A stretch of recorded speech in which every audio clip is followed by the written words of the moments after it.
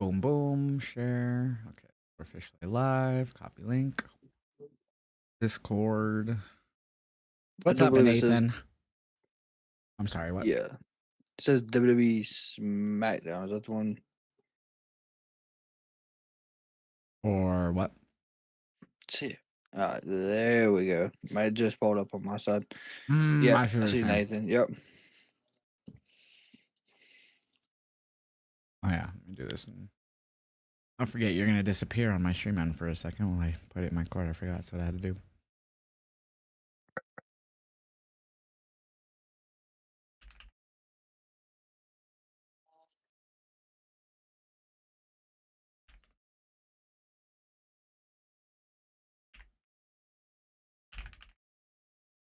Whoops. Get it. There we go. What's up, Deshaun? How you doing, man?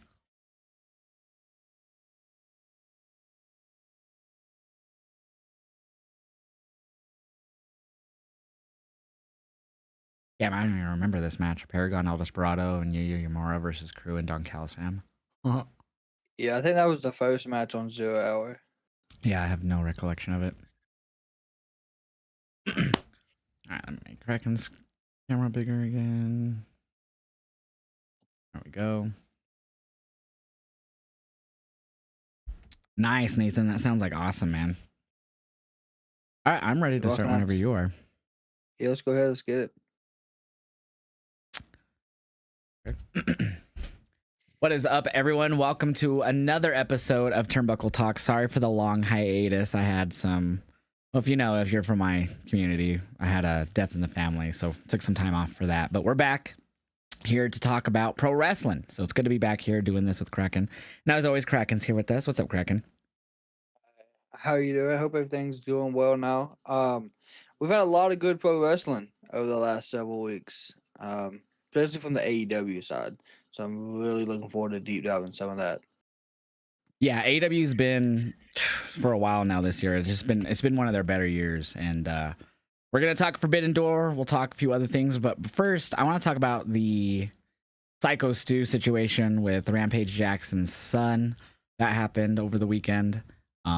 Insane situation. With there was footage of it too. This was like live streamed on Kick, I believe. So I guess essentially what it came to was Raja Jackson, I believe is how you say his name. I hope I'm not saying that wrong. Was supposed to do a spot with Psycho Stu at Knox Pro Wrestling, Rikishi's indie fed or whatever you want to call it, wrestling promotion, and it went south. Rampage Jackson's son took things too personally. Didn't know a work for anything. He was not a wrestler, obviously, so he shouldn't have been put in this situation. Eventually, it led to him interfering in the match and completely knocking out Psycho Stu, and beating him down while he was completely knocked out cold. And it took a while for anyone to step in, like a good 5 seconds, 6 seconds before someone really realized what was happening and stopped it. But and not Knox Pro themselves being really shit about this whole situation doesn't help. So, what do you think about all of this? I don't know if Rampage's son had any like training outside of what we might know. No. And I know there's several different videos, several different like clips been put together of stuff that happened leading up to everything. I think they should have explained more that if it was something that maybe was supposed to be part of the show, I think they should have explained it more because some of the clips you can see they're like, hey, make sure you give him a receipt for it, make sure it looks real. Then there's some where you can see him verbally saying, I'm not giving him another receipt. It's going to be 100% real. So I, I don't think he understood what was supposed to be happening. Yeah. But it's still uncalled for. 27 headshots like that repeatedly. I don't think it was that many. It was like I know it was like 12 or something. It was still something ridiculous, but it wasn't that many. Yeah, it may not been. But it's still. I mean, he was out off the daggone slam. Mm-hmm. The second he hit the mat, he was out. Yeah, So, they in the footage that I saw from like the first part of it was Raja and Psycho Stu were like in each other's face, and then he hit him with like a hat, like a basically empty can, it was like a beer can or something. And you hear Psycho Stu a few times, like a minute or like not even like 10, 20 seconds later, like, are you gonna sell it? Like out loud to his face, like, are you gonna sell it? And Raja is just like, whatever, I don't remember what he's saying. But he's just talking crap the whole time. And then at one point, eventually we get to where Psycho Stu like apologizes and they seem to like, yeah, okay, cool, whatever, you know? And Raja blows it off. And it seems like that was it. And then you have the footage of Raja during the match talking to his chat after that one guy told him to give him a receipt and all that. This was after that. And he was like, I'm gonna go in there. I'm gonna go in there. No, I ain't gonna. I know it's scripted. I ain't gonna go in there. I'm gonna go in there and hurt him. Like literally saying he was gonna go in there and beat his ass, all premeditated. Yep. So I have, and a lot of people. There are some stupid people out there that are saying, "Oh, it's a work. It's a work." It's not a work. No one would voluntarily get knocked out like that and get beaten down over and over for any type of clout, unless you're really that dumb, honestly. But like, Sykes Dude is not that type of guy. I mean, former military guy, he's not stupid. So it's just a crazy situation. The fact that he hasn't been, there's like A, no charges pressed, and B, like just in general, no seemingly investigation at all besides just the internet witch hunt, essentially. Like Raja was even streaming like a day, 2 days later. Like he was like banned for like 24 hours on Kick after it or something. So like there's nothing right now. He's still doing his thing. Rampage, though, his dad has condoned it big time and said there's even a clip of him telling someone, I don't know if it was from recent or in the past, Rampage telling some woman on his Kick stream that that basically he's been a crazy person since his mom was murdered, which I didn't know his mom was murdered, but Yep. no excuses in the end of the day, but like it just kind of gives you the, I guess, the start of maybe what went wrong in his life, or at least what could have started to go wrong. I don't know. At the end of the day, crazy situation. I don't know how there's no charges pressed. And then Nox Pro is telling wrestlers, apparently in their group chat, to essentially not talk to anyone about it or whatever it was. I don't remember the exact, like not talk about it or whatever the fuck it is. Essentially, just let shit happen. It's so stupid. It's really stupid situation. Nox Pro lost their WWE ID affiliation because of it. Yeah, that's another thing. That's what I was looking up. As of yesterday, LAPD is looking into it as an open investigation, but nothing has been charged. Yeah, so I don't understand how there is no charges. Like, how is Psycho Stu's family not pressing charges? I know he's conscious and awake, and that's essentially on him, but like, fuck. I mean, they may be waiting on him to make the decision, and yet again, I don't know how he's gonna react to it once he's. I would say he's in concussion protocol at this time. Well, For I mean, sure. he was knocked out, so they're probably checking for brain bleeds, brain damage, and I'm assuming more, but like, you know what I mean? Like, getting punched in your head while you're knocked out cold is. I've seen clips of street fights or even MMA fights where people get hit too much, and eventually they, you know, you see them later in life and they're messed the hell up. I mean, CTE They're or not the whatever, same. but it's surprising that he seems to be on what everyone is saying, you know, at least conscious and everything, and just is, you know, talking, and that's good, but hopefully there's no long-term damage there, because could lead to that. And supposedly Psycho Stu got into pro wrestling to get away from, or to help with, like, ease with PTSD from the military. So that's crazy. So crazy. I hope he gets locked up. I mean, or if anything, some type of, lock him in a room with all the fucking craziest wrestlers in the world and let them handle it. You know what I mean? But Oh yeah, that. I mean, he could defend himself. Don't get me wrong, but when you know what I mean, let's look at him Oh, yeah, getting knocked enough out cold and people. have people. Nah, I don't want to even see that. That's too far in general for anyone. You know what I mean? It's just so frustrating to see a situation like that in pro wrestling. Yeah, it is. Someone that doesn't understand the situation and Seemingly, yeah. has that background, it's still just uncalled for either way. I'm glad Nox Pro lost their affiliation, because if they're doing what they're doing, telling their wrestlers to like just hush about it and not talk about it. There was one that had been open about it that did a podcast like immediately about it. He seemed like to be the only like sensible person in that fucking locker room so far. But hopefully Rikishi can get a hold of his fucking promotion here, because this is ridiculous. Yeah, I know Akishi's wanting to make his name in the the indie scene, but this is it's gonna hinder it in a sense. Hopefully not, but hopefully he can fit come back from this, make good on the situation after the fact, if he does what needs to be done. So let's just jump into some good stuff because we had AEW Forbidden Door this past weekend. And I'll just say it. Overall, we're gonna go into the little deep dive here, of course, during this podcast. I loved it. It was a great pay-per-view. It was. It was really enjoyable. I wouldn't say it was a standout pay-per-view. Like, it wasn't one of those ones that was like really crazy, but it wasn't bad. It was super good. It wasn't just like, oh, that was a fine match. That was a fine match. They're like, every match delivered in a sense. Like, you didn't, for me, every match didn't feel like, oh man, okay. But like, everything was pretty solid. I really enjoyed it. So Yeah. let's jump right into this. Paragon, El Desperado, Yu Yamura versus the Crew and the Don Callis family. The only thing I think I remember from this is the intro. Don Callis did the Spanish introduction for Hechicero, which I fucking love. Yes, Don Callis' Hechicero entrance, I think, has really built up Hechicero himself on AEW a lot. And I like how he'll interrupt Justin Roberts or whoever's doing it. Cállate, cabrón. The way he says it is, Yeah. it's hilarious. So it cracks me up every time. It's like no accent to it whatsoever. So it just cracks me the fuck up. He'll roll his R's here and there, but it's still because he'll do it on commentary too. But like he did on Wednesday, but I could not stop freaking laughing at this.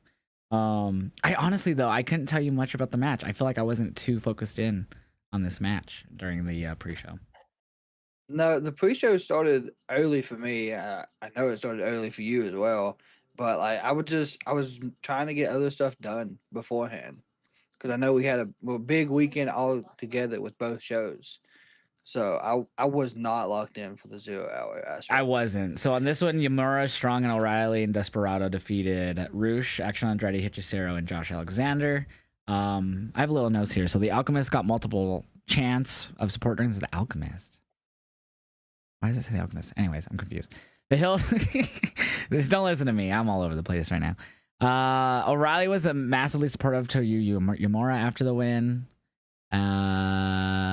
And the Messiah of the Backbreaker pulled the Violent Artist away from celebrating with Ishii. Oh yeah, so that was the one thing I do remember.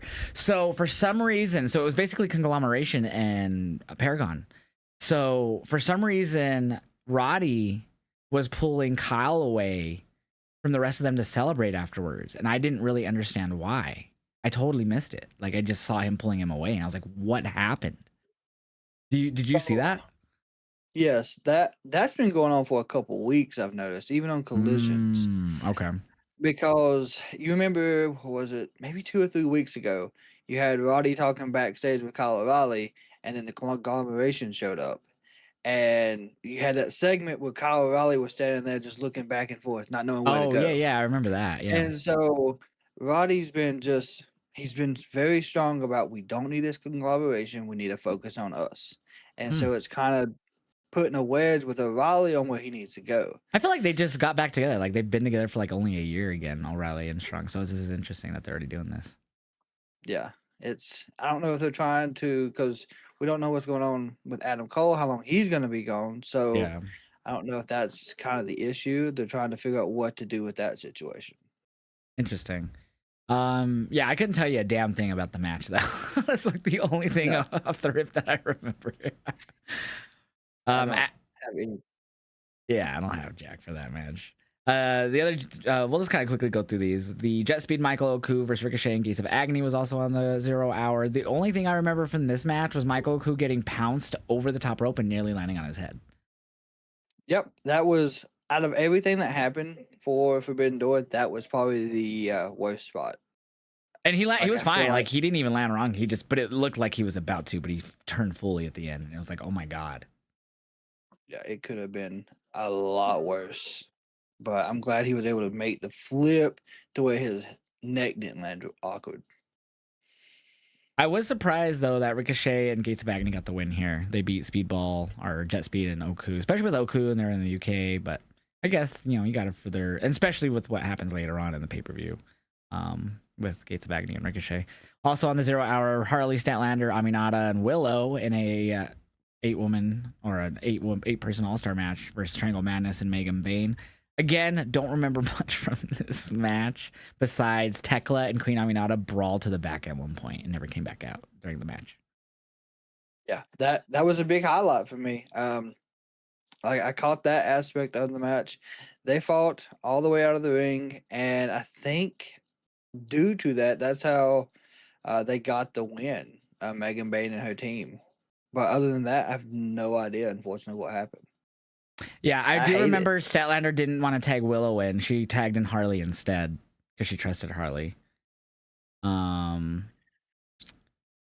Yeah, that's all I remember. Oh no, the other part was Megan Bain. She lifted up Willow and then caught Aminata running at her. So she had like Willow on her back and then Aminata in the front, which was crazy. And then she fucking fell back with them. It was crazy. But yeah, yep, like Yeah. you said, Megan and Julia are the Triangle Madness got the win. Not a bad match. I just don't remember much about it. And then we had the trios titles, and this felt this is like it felt like the only match I was kind of locked into for the pre-show, but it felt like it was so short. Bullet Club War Dogs versus the Ops for the trios titles. I think it was like 6 minutes. It was extremely short match, and I think it's because it was quickly made. Because of course the Bullet Club War Dogs showed up on the Dynamite prior to. Yep. In the UK, And yeah, or in Scotland or whatever it was.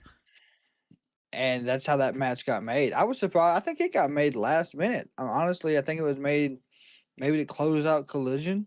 I think it was, yeah. I mean, but either way, the ending was good. I think we got Shibata had this submission. I can't remember who he had the submission on, and then Samoa Joe hit that. It's like I can't remember exactly. I cannot remember what he calls it. But she got him on his shoulder, and it's almost like a brain buster. Oh, Muscle But Buster? it's not. Muscle buster, yes. And hits that for the win. I mean, it was a good finish. But other than that, I don't have much for it. Oh, yeah, it was 7 minutes and 20 seconds. So it was the shortest match on the pre-show. But yeah, I mean, I don't know. I feel like the Ops current trios title reign has been pretty forgettable. Once Hook got hurt, it kind of and then of course. Well, didn't they win the Joe- trios titles after Hook got hurt? Like literally the week after against the Death Riders? Yeah, they did. That is right because Hook got taken out, And then they brought in then Hobbs for the match. Powerhouse. Yeah. But then we did see, That is and we'll right. get to Hook too, because we'll talk a little bit about Dynamite as well. But also Hook at one point, I forgot what pay-per-view it was, came out during an Ops match, or it might have even been Dynamite. I don't remember. He came out during an Ops match and he took someone out, and then he just left. Like he like stared down Joe and then just left. I don't remember He what did. but so it's gonna be interesting. But yeah, but it's been a lackluster reign, like for real. Especially because Joe took off for his shit for his show, the gosh, I can't Twisted Metal show. Yes, that which just came out, and that's why at All In he kind of left again for like a week, maybe two, to just promote that again before, I guess, Forbidden Door. We forgot to talk about the very awkward Tony Khan Martha Hart thing before this match. Did you see that? It was awkward. I have no clue what it was about. Like what was the point? It was like they brought him out or he came out and I was like, oh, are they gonna like move the Owen up earlier than like whatever? I think it's usually around May or like before May. And I was like, why do they have Martha here? You know, it's not Canada, so it was confusing. And they came out. Tony, you know, I love the way he talks on the mic because I always mimic it because it just cracks me up. Because he doesn't talk like that when he talks normally, but when he's in the arena, he's like a completely different voice. Welcome to Forbidden Door, and he's always doing the fist, which is great. I love Tony. I'm not trying to like put him down in any way. I love Tony. It's just so fun to mimic what he does when he comes out there. And so he came out and he did this thing. He's like introduced Martha and Oj, Owen's son, and gives Martha the mic, and they're just like, welcome to Forbidden. It's essentially almost like a welcome to the show. I don't even know what to call it. Like, it was just there. Because they didn't even announce the attendance, or did they say that they broke the record? And then we finally got the attendance. No, that was all. They I think they might have said something like that. I don't even think they did that. I think they just came out and were like, I'd have to watch it back honestly because it's been, you know, today's Thursday, so it's been quite a bit since then, and so much has happened since then. But like, it was the most awkward segment, and I was like looking at my chat like, that was it. What was that? Yeah. Like I wanted to laugh so hard because I didn't understand what just happened. It was so confusing. But yeah, that was right before the, the trios match. Go back and watch it if you're listening to this and you didn't see the pre-show. That's the only thing I want you to go back and watch from the pre-show. It's right before the trios last match of the pre-show. It's fucking hilarious. We opened Forbidden Door with Copeland and Christian, who are now known as CNC Connection or whatever the fuck it is. CNC versus Killswitch and Kip Sabian. Quick little thing though. Did they not have Luchasaurus return as Luchasaurus on last Wednesday? Didn't the Titantron say Luchasaurus? And all that last Wednesday when he returned, when Nick Wayne announced his injury? I could have sworn, because I even asked people in my community, and they're like, I'm pretty sure it did. Like, he did have the Luchasaurus. Because he's obviously wearing the green Luchasaurus mask. He's not in the black. Yeah. So it's almost, it's a weird situation. It's almost like, to me, how do I boo Luchasaurus here when him, and I won't really lump Kip in this because he wasn't really there for a lot of this, but him and Nick were like treated like shit. And it was obvious. So it's so weird, like, having Christian, and he's still having heel tendencies, but it was such a weird match for me. Like, I was wanting to cheer on Lucha. He was treated like shit forever from Christian getting his title. He was cucked from his title. He handed it over, but, like, you know what I mean? Like, treated like ass for so long.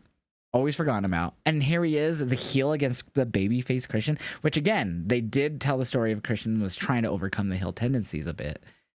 And he didn't even want to take in Cope at the beginning of the match. He didn't want to, like, take it in. So it was just a weird dynamic for a match. It wasn't bad. It just was so weird. I feel like there's very rarely that type of dynamic in a match. Yeah, and I don't feel like Killswitch got over as the heel in that match. Even though that's kind of how it was put together. Well, there was also some confusing spots. So he even at one point had Kip Sabian on his shoulders, and it was Cope that, like, knocked him off of his shoulders. It was weird. It was like he was helping them at some points. At least that point. That was the one that confused me the most, was that spot. It was like Kip was up there with Cope, but Cope was, like, about to knock him down, but then Luchasaurus or Killswitch came up and picked him up and just held him there. I was like, what is going on? I am so confused. I want to cheer on Killswitch because of the way Christian treated him, but then he's helping Cope. What is going on? Yeah, there was a lot of confusion in the match, but I think it still got the point over, because anytime Killswitch was in the ring with Christian, you could see the anger come out in Killswitch. But then anytime to me, when Cope was in the match, it was a different person. It was like the demeanor changed.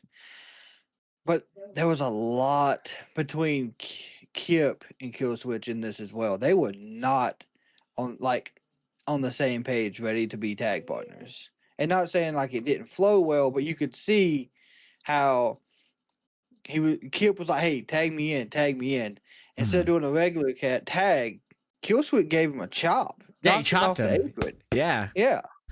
And so I think that's going to add some more dynamic to that group, whatever they're going to go by. I don't know if they're still going by the patriarchy. Yeah, I'm not sure. But when Nick Wayne finally gets back, I think that's going to cause some issues as well. Because you even heard Mother Wayne saying, trust it. Just trust him. It's going to be interesting. Yeah, it will be. Good match. At the end of the day, we saw Cope and Christian get the win, which I thought was pretty predictable, but not a bad predictability thing. A good match, but again, I just felt the dynamic for me personally was a little off, just because I wanted to cheer on. It was like MJF and Adam Cole when they brought back Adam, and he attacked, and then of course he got hurt, and then they finally finished off that feud. It was MJF as the heel, but the crowd was cheering him because he was justified, and Adam's, it felt like that. It did. It very much did. After that, we had the TNT title, Kyle Fletcher versus Hiromu Takahashi. This is up there for match of the night with me. I had a few matches that I kind of put on the same peg. I felt like there wasn't one, at least to me, one match that was like, I guess you could say the main event, but everything felt the same when it came to like top matches. They were all really good, but nothing stood out above the others. So this one I had up there. I'll let you take over. What did you think of this match? Well, for this being my first time seeing Takahashi, I think it's how you say his name, in a match, I was extremely impressed. Because I know we've seen him in the tag team match. Yeah. But on Dynamite, but I was extremely impressed with this match. The transition between the two, throughout the whole thing. It was fantastic chemistry throughout the whole match. I honestly, and they did the comparison themselves throughout the match, but I see why they say that Takahashi is the Darby Allin of New Japan, because he was just encouraging the I guess the punishment, because he was not backing down from nothing. Yeah, no, Takahashi's. I've seen him before. He was in Lij with Naito and others in New Japan. I'm not the biggest, like, I don't know much about Hiromu. I've only seen him when I watch like Wrestle Kingdom and whatnot, some of the G1 or whatever. And I don't even think he's even been in the G1 now that I think about it. I could be wrong on that, but he's very, very good. A lot of his he's won a lot of the best of the Super Juniors, I believe, is what it is. In New Japan. Yes, I think. Or one of those tournaments. I think it's Boss J. But I feel like he's won it a lot, to the point to where I'm just like, it's always him fighting for the title at Wrestle Kingdom. So for a while, every time I was just watching Wrestle Kingdom, I was like, damn, he's going for the title again. Oh, he's defending the title again. But no, he's so good. Every match is never disappointed with Hiromu. Dude is freaking awesome. And I will say there was a one moment where I thought he was actually going to win the title from Kyle Fletcher during this match. But didn't happen. It was a good match though. One of the best matches of the night for sure. Of course, we had Callis on commentary though. Yeah, gosh, Don Callis. I'm telling you what, I honestly, for like heel manager for 2025, I think he's at the top. Oh, 100%. Ever since Paul. Like WrestleMania. Yeah, but I think after WrestleMania, I think he took over as the main heel manager. Maybe. Could be up there for sure. Also Walker Stewart from New Japan was on commentary for this match. The Velvet Voice is a mutual of mine. We've followed each other on social media for a bit, and he was awesome to hear on commentary. He fit right in with Excalibur. I forgot who else was on commentary. It might have been Nigel. No, it wasn't Nigel because he was in a match. They had 3-man booth, I believe. But anyways, Brian. I think Brian was on the commentary. Oh, it was Brian. You're right. Thank you. Yeah, Brian. And Brian was great on commentary throughout the night. But yeah, Walker Stewart was great. I love that they brought him in on commentary. I popped for him. That was cool to see. This was a fun match. So the match after that, TBS title, Mercedes defending against Alex Windsor, Persephone, and Bozilla. Bozilla was a fucking star in this match. Yes, absolutely. She got so many big pops for a lot of her moves and just certain things she did. Like there was one point she stepped on Mercedes' hands. Instead of just breaking up the submission, she was in submission, stepped on Mercedes' hands while she's in submission so she couldn't even tap. That's fucking, and the crowd even like, oh, like they reacted to that. Like it wasn't just like, oh, like they like, oh shit, that's smart. It was a great fatal 4-way. Mercedes had a great entrance too. Yes, I didn't realize, I could not remember the name of the people she had with her, and I still can't remember their names. But it was a great entrance. She always does good everywhere she's been. I didn't recognize any of those guys, but yeah, they were the guards, right? Yeah, the Royal Guards. There you go. Yeah, that was cool. So they all had their belt. Like, so she had 8 guards. All of them had a different belt, and of course, she had the TBS title around her waist since that's the one it was for. Really dope entrance overall. The crowd loved everyone in this match. Like Persephone got a chant. We saw Bozilla get a chant. Winza, I love that. Every time I always like do an over under. Okay, over under. How many times are we gonna hear Winza in this match? And yeah, they all stood out, and they're obviously continuing the feud with Windsor because Mercedes won here. And this is the one thing I took away from this. So Mercedes with a small package victory or whatever you want to call it over Persephone. I feel like that's all she's won by this year for the most part. Is roll-ups or small packages or jackknife pins. Surprise pins, essentially. Yeah. I was surprised it ended in a roll-up pin, honestly. But in my opinion, that's her signature way of getting out of the match quickly when she feels kind of threatened. I just feel like she hasn't had a signature win this year. Besides, obviously, the Owen. But she won every single Owen match the same way. A roll-up, jackknife, or small package. Yeah. I'm getting tired of it. I'm getting very tired of it. That was my one immediate takeaway. I was like, wow, she's winning every match this year with the same fucking thing. Like, she hasn't had a definitive victory. and that might be what cost her because she'll try to go for that quick pin against whoever she goes up against next, and it'll get countered, reversed some way, and she might lose on a roll up.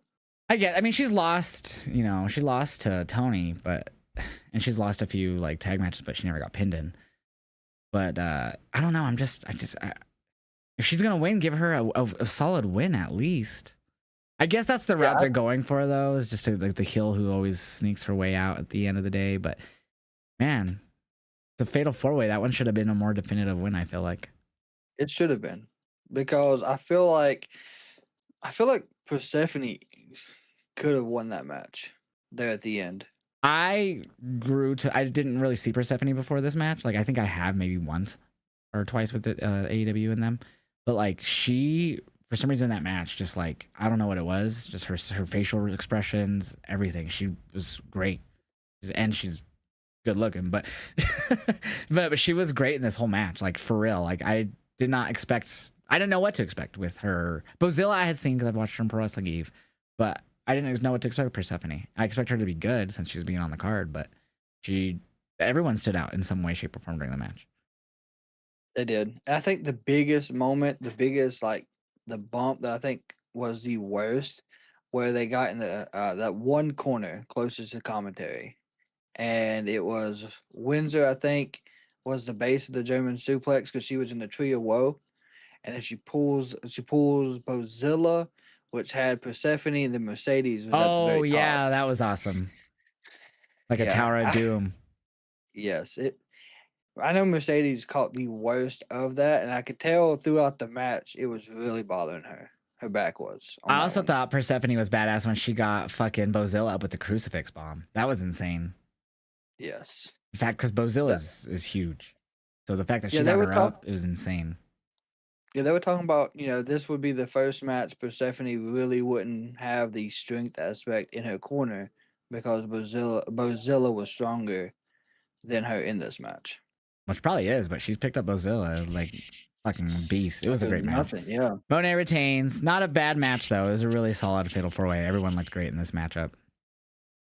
And then after that, we jumped into the IWGP World Heavyweight title. Zack Sabre Jr. versus Nigel McGuinness. Of course, more of a tactical, strategic battle in the ring. More submission-based, grapple-based. What did you think of this match?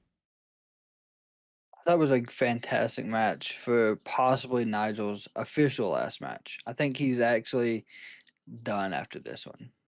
But I think the technical side of it was great. That you actually got to see, I guess, grappling wrestling more than the power side of it. Yeah. In my opinion. And I like that type of matches. You don't really see those anymore. Because you got a lot of the people wanting to hit the big moves, but I mean, you think about wrestling, it's all about grapples and submissions per se. But I think the main thing that stuck out to me was the end of it. The possibility of Garcia was what looked like he was going to turn. That's what I thought. So I don't remember if I missed it or just production missed it. The crowd popped, and then it cuts to Daniel like aggressively hugging Nigel. I'm assuming the pop, because it wasn't like a loud like a pop. It was like a oh type of pop almost. It looked like did I miss that, or did production miss something? Right? Production missed it because fucking Josh Matthews. It was hard to even see. But remember, Garcia was wearing that like jacket. And so Nigel was in the ring. You see Tony get in the ring, or Schiavone, and then you hear the pop, and then you look back at the camera. They finally pan back to the ring. His jacket is on the rope. Mm-hmm. So it's like he threw his jacket like he was mad about something, but then went in for the hug and celebration. You know what I thought he did? I thought maybe he grabbed Nigel and spun him around aggressively or something before he hugged him. That's what I thought. Maybe they popped out. I was just guessing because I really don't know. Maybe, yeah. But it could have been a little bit of both. Brian loved himself on commentary during this match. Him and Walker Stewart were really enjoying the technical nuances of the match. So they were really like, they just seemed like they were having fun talking about wrestling, which made it more enjoyable. They did. Oh yeah, and also Nigel McGuinness had a pre-taped entrance with Johnny Saint playing a game of chess, talking about technical wrestling and basically him representing a different generation of British wrestling. Him and Zach, and then they had ringside. I forgot who the other man was ringside, so apologies. But they had Johnny Saint and some other British wrestler ringside for the match that they went out and hugged afterwards. But man, it was great to see like the generation from Nigel. Obviously, he was in the era of the 2000s, you know, and then him with Zach to finally have that one-on-one. And they faced off at last year's All In during the Casino Gauntlet, which was fucking huge. But to have them to have a one-on-one match was, I think, great. It was fucking amazing. I really enjoyed this match for what it was. And I'm a big like move guy. Like, give me the fucking super kicks into the fucking crazy ass speed moves, like just back and forth. Basically, Bucks. Give me Buck style. That's my favorite style. Or Kenny. And it's the complete opposite. And this match was still fucking great. Still enjoyable as hell. Yeah. This is up there with probably the third best match of the night, just because of the technical wrestling side for me. Oh, definitely. So after that, we had the World Tag Team titles trios match. The Hurt Syndicate defending against FTR and Brodito. Excuse me. I will say this is a good match. Both teams, all three teams worked really hard in this match. Obviously, the biggest takeaway is new tag team champions in this matchup, and it was due to Gates of Agony and Ricochet running off or beating down, if you will, the Hurt Syndicate, where there was no MVP here. I'm assuming, if I had to take a guess, maybe he wasn't allowed in the country because of his past, which would be crazy. It was so long ago. Yeah, but sometimes it just happens that way. I know because it had to have been, because he wasn't there for Dynamite either. He was there for the Dynamite beforehand. Yeah, he was on Dynamite this Wednesday, which was here in the Yeah. States. So, And even the one before, the one, I guess the one at in London, maybe is where there was. yeah, he wasn't at that one. Yeah, so it has to be something travel wise that he wasn't there. But my my biggest thing in this was the chemistry between Bandito and Brody. It improved so much over the last 2 weeks, and it's gotten better. They actually came out and had their own entrance as well, which once they came out to the same entrance song this time and not two separate entrances, I had the feeling, I was like, they are going to give it to them. We will have new tag champs. I actually thought it was going to go to FTR, so I was a little bit surprised that Brodito ended up picking up the win after Gates of Agony and Ricochet beat down the Hurt Syndicate in the aisle. I don't remember if they fought, because I thought they just stayed in the aisle, because they came out wearing the New Japan jackets. So I actually thought it was in New Japan, but I was like, who is this? And then they revealed who they were. But I don't think they even battled them all the way to the back. They think they just beat them down on the aisle and just left them there. Yeah. And then they like stood there for the end of the match and like watched the match. And which ended right away. I will say I was a bit bummed at the end, because it seemed like there was a little, I don't know what it was. So they did their front flip, assisted front flip splash maneuver or whatever you want to call it. Brodito does, but like he kind of missed. He only got like his like upper body, like right from here up, landing on whoever he pinned. I forgot, Dax or Cash. So he barely got him. He hit him, but it was like, okay, he didn't get all of them, whatever. Pins him, but then he like slides off the pin. So it was like 1, 2, the ref stopped. He recovered him 1, 2, 3. Yep. So that annoyed me. Yeah, and Cash, if you watch it back, I mean, Cash even stops his assist to stop the pin because of that. Yeah, so it was match was good. I hated how that ending looked, though. The ending looked really bad with that like half miss splash, front flip thing, whatever you want to call it. And then him, I don't understand how he even slid off on the pinfall. I was so confused by that. Shout out to the ref for not just fully counting of 3 and realizing it's not a pin anymore. Yeah, because that would have been probably even worse. I guess the ref actually stopping the pin was the better outcome. More credibility. Yeah. So I'm glad that was the route it went, but it was like, damn, what the fuck just happened? Yeah, and the last couple times we've actually talked about Dynamite and this move in general, it's been clean. We've even talked about how we've been worried that he was going to overshoot when he does the leg press. He undershot this time. And he undershot it for the first time. So, I mean, and yet again, he could have been tired. That was a long match, I think. I think it might have been the longest besides the main event and co-main event?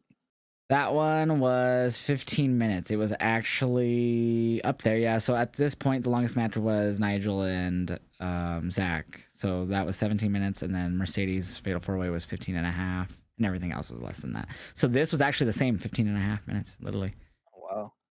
And then, of course, Um, Bobby Lashley with the one-handed spine buster to Bodie, which he got yeah, up from right insane. away. That was insane. Yeah.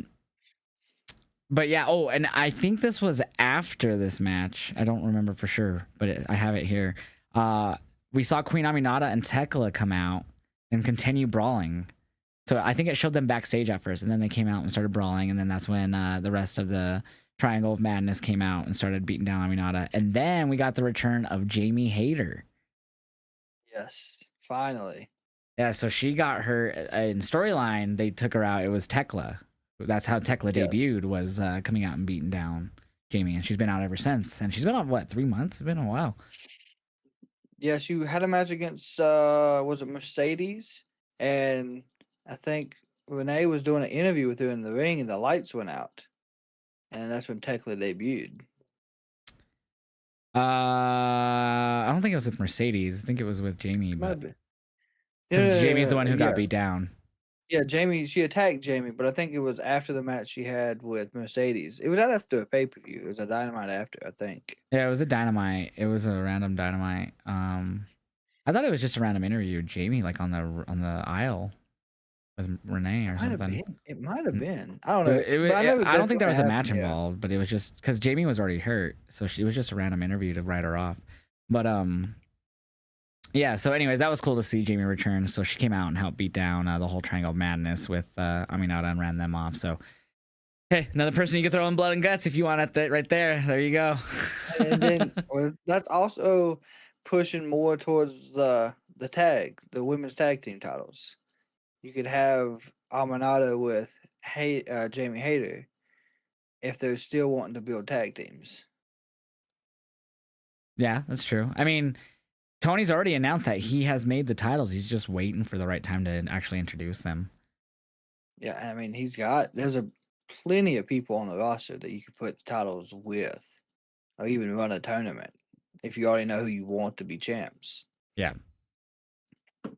So after that, we got Kazuchika Okada versus Swerve for the unified title. So essentially, our last 4 matches are in a way the big matches of the show. And this was a solid match. I will say I expected a bit more, but with the talk of Swerve being injured already prior to this and going to be needing time off, I can see why it wasn't anything crazy when it comes to an Okada match. No, you still got to see Okada be himself in this one, but I think there was a lot of precaution on Swerve's side. I guess so. I felt like Okada, I felt like this match never hit the next level. It never felt like if they're wanting to represent the unified title as another world title, that didn't feel like a world title match to me. The story backed it up, but the match itself didn't feel like the stakes were that high. No, and yeah, honestly, it didn't. But I feel Swerve was trying to protect himself. I didn't see the normal Swerve highlight spots that you would normally see in his matches, because if you remember, he went over the top rope and tried catching himself. And when his knee gave out, that's when like the whole match for him slowed down. Well, yeah, the whole match was to work on the knee. Like there was multiple points where they worked over the knee throughout the match, and obviously Okada got the win. But there was a few interesting things here. So obviously after the match, Okada continued to beat down Swerve. He trapped his leg between the stairs and the ring post, and he beat it up with a steel chair. And that's when Nana came out. Yeah. And he had like a chair or whatever, a pipe or something, and he ran off Okada. And then that's when we saw my biggest pop of the night, the return of Wardlow. The Wardlow returned. He's been gone forever. He was injured, and then apparently he had a car accident that like made him stay out longer. And then he had filmed 2 seasons of the new American Gladiator show. And finally he's back after all that. And I mean this in the nicest way because it wasn't a bad thing when I say this. Unfortunately, though, it led to him beating down Nana while Swerve was still trapped between the stairs and the hurt leg. He couldn't really move, so he was on the leg. And then we have Okada and Don, who I forgot were still watching from the ramp, because I remember they showed them when he first appeared, and then like they looked surprised, and then of course he goes and walks over there and fucking hugs them. Dude, this is worst. NWO. So many people in this faction. Yeah. My thing is, why do we put Warlow back in a faction or tag team? I feel like he could run by himself 100%. easily. Easy. I agree with you. I mean, remember And when now he he's- beat down Punk when he was champion, and then MJF like stopped it and made him lose? Like Wardlow, and he was so over then. That match put Wardlow so over, and now here he is behind. And don't get me wrong, this faction is stacked. You got Okada, Takeshita. I almost said Tanahashi. Okada, Takeshita. You got Brian Cage, who's out injured right now. You have Kyle Fletcher, the current TNT champion. And then of course you have Trent and Rocky, and everyone else. Like this whole faction is like, I can't even say them all off the top of my head. Like it's just so stacked. Yeah, I mean, and then he comes out, on Dynamite, which we'll talk about, but he just stood there. He was playing the Lance Archer role. He just stands at ringside. Yeah, I hated that. I felt like they didn't even like they talked about Wardlow, but I feel like they didn't like make it feel like a bigger enough deal on Dynamite that he was there. Yeah, I mean, I think at one point I could have seen Warlow being world champ for AEW. He had that momentum, in my opinion, and was over with the crowd, with everybody. But now we've stuck him with the Don Callis family, and I understand Don Callis has built a huge faction. I mean, they run Collision every night. You have 2 different 8-man tags or 2 different tag team matches, and it's all Don Callis based almost. Yep. And yes, this is a way you can bring him back into Dynamite. He's been out for, like you said, I think almost 2 years, maybe. I can't Maybe even not tell that you long, anymore. but the return was great. Let's not overlook that. I just don't like that he's with the Don Callis family. I feel as if he could have done fine by himself. It's unnecessary. It is. Honestly, I feel like bringing him back the best way. This is how I would have done it. Okay, so let's play a little game. How I would have booked Wardlow's return. I'm not going to change it much. I'm just going to basically do what happened here. So I would have had him return because I will give them props because he's going to obviously be feuding with Swerve whenever that return happens. So, and Swerve, former AEW World Champion, huge. That's huge. That's a good start. Obviously, he's not going to get there right away because we have to wait for the return of Swerve, whenever that may be. It could be, I don't know how long. Apparently, he's had this injury since 2019. So, Yep. Whenever that happens, cool, awesome. That's gonna be good, hopefully.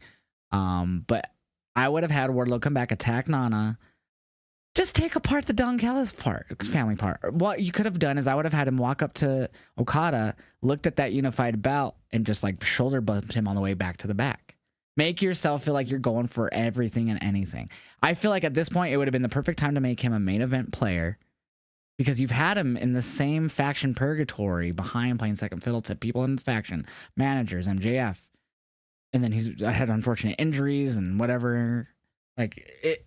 I think that what they're doing now is okay, but with what they did on Wednesday, with, like you said, they just had him walk out with Don and just stand there in the Lance Archer position. Not a good start after the return. So there was an up and down from that. Just take away him siding with Don Callis family part, having him essentially let them know that he's a threat to them as well, and just whatever, whether that's shoulder thrusting, talking shit in Okada's face before security comes out and breaks that up, something. I would have rather had that, and that's what I would have done, more than have him join this faction. This faction doesn't need him. What are they gonna do? Team him up with fucking Cage if he's about to come back? Like, fuck. And I will say it could have been a worse return. Like, he could have showed up somehow in the main event and sided with the Death Riders, which would have not worked in my opinion either. Or that would have been more interesting to say the least. It would have been. I mean, yeah, it probably would have, because of course that would add.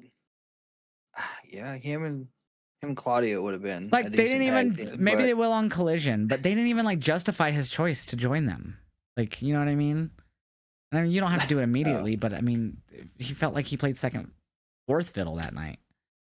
And then even when they came back out with the Hangman part, he wasn't in the mix that surrounded the ring. It No, was Lance it Archer. was fucking Rocky Romero.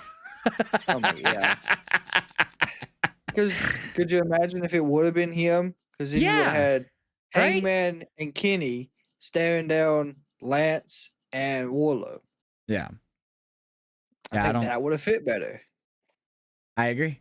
Yeah, I don't understand why they stuck him in there. Hopefully it plays out well. We'll find out more, hopefully, on Collision, if not Dynamite I next hope week. so.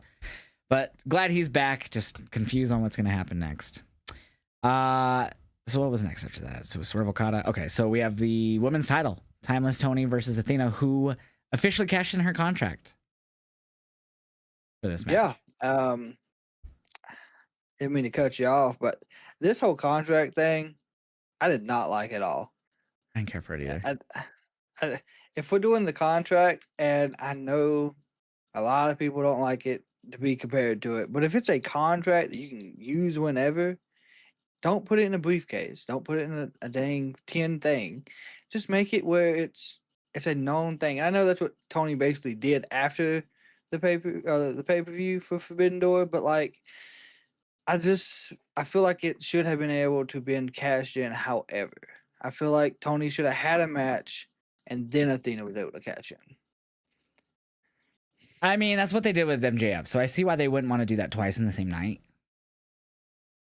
Yes. Where like basically MJF still has his contract after losing, which we'll get to here in a moment. But like, I get what he's trying to do. Like, he doesn't want to. So they already have the Owen, where the winner of the Owen, it's just a tournament. It's not the same thing. So the winner of the Owen gets a title shot. So it's the same thing essentially with this, because this is, if you will, the Casino Gauntlet's a mixture of like Money in the Bank, Royal Rumble tied together.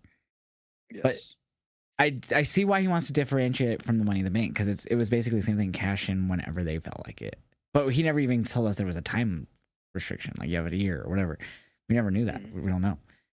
So obviously after this event, he announced that from now on, whoever has the contract for either men or women when they do these now has to let it know a week in advance when that's going to be signed. Like, I don't hate that, but it's really, you know what I mean?